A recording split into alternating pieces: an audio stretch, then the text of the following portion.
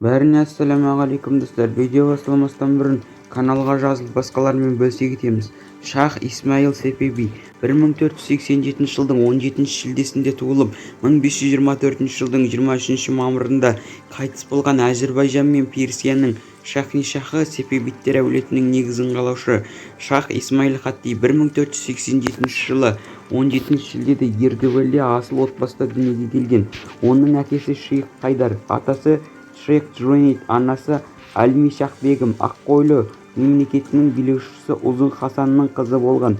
1488 жылы Шейх Қайдар Аққойлы мемлекетінің әскерлерімен шайқаста қаза тапты. 1495 жылы Аққойлы әскерлері Ардебалды басып алып Шейх Әлиді өлтірді, ал оның кіші ұлы 7 жасар Исмаил Қызылбасшы паналады. Оған және де оның ағаларына шабуыл жасалып, Исмаил алдымен Ардебилге, содан кейін Решетке қашады. Сол жерде ол Гвианадағы Каркая мырза Әли сарайына түседі. Сонда ол әйгілі ғалымдардың жетекшілерімен білім алады.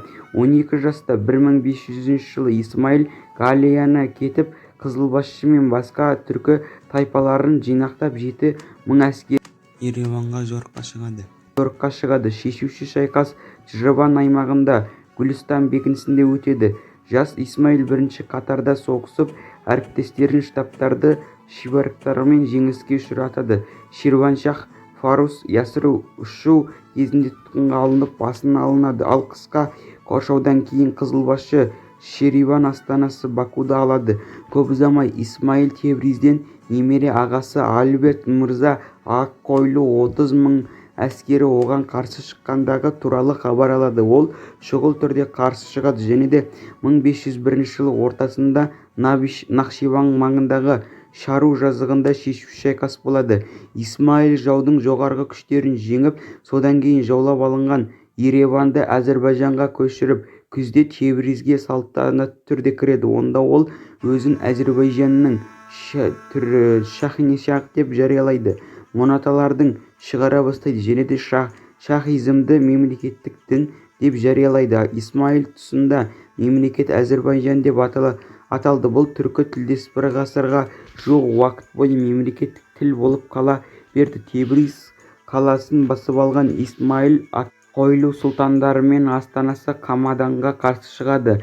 21 маусымда 1503 жылы Алгулиді тұсында Хамданның астанасында ол қашып кете алмайтын Сұлтан Мұраттың жоғарғы әскерін құлатып, осылайша Аққойлының үстемдігін аяқтайды. Ал Исмаил бүкіл Парсы дәуірінде иемденді. 1510 жылға қарай ол бүкіл Иранды, Әмудария мен Арменияны және де 1508 жылы Бағдатты басып алған араб иракандық елгетті шалдырған шайқасы. Алайда содан кейін Исмаил Динарадағы шейттерді қорғау ұранымен оған қарсы шыққан түрік сұлтаны Селим бірінші жауызбен кездеседі. 1514 жылы 23 мамырда шалдырғанда шешуші шайқас болады. Оның нәтижесінде Шах жек көретін түркі артиллериясы 300 000 зеңбірек шешті, өйткені ол жауынгерлерді зеңбіректен жасырынуға лайықсыз деп санады. Нәтижесінде ол қолында қылышпен түркі отына лақтырылып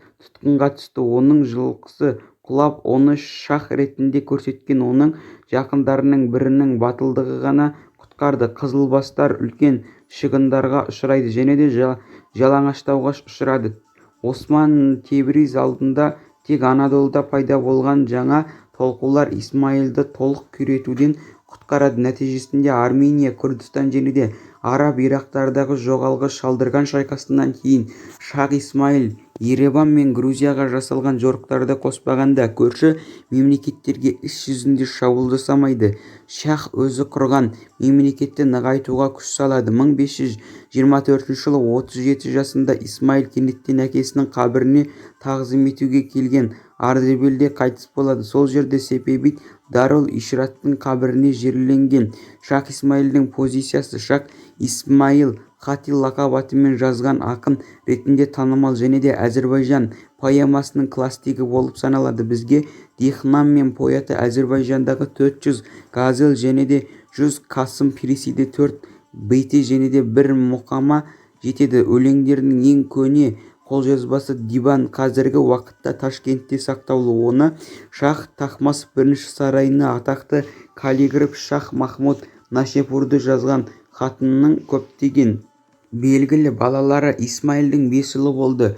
Рүстем мырза жас кезінде қайтыс болды. Шах Тахмасп 10 жасында таққа отырды. Мырзаның өзі Алгас мырза және де Бахман мырза және де 5 қызы Ханым ханум, Пирихан ханум, Мирибану Пирганси ханум және де Шахмездап ханум болды.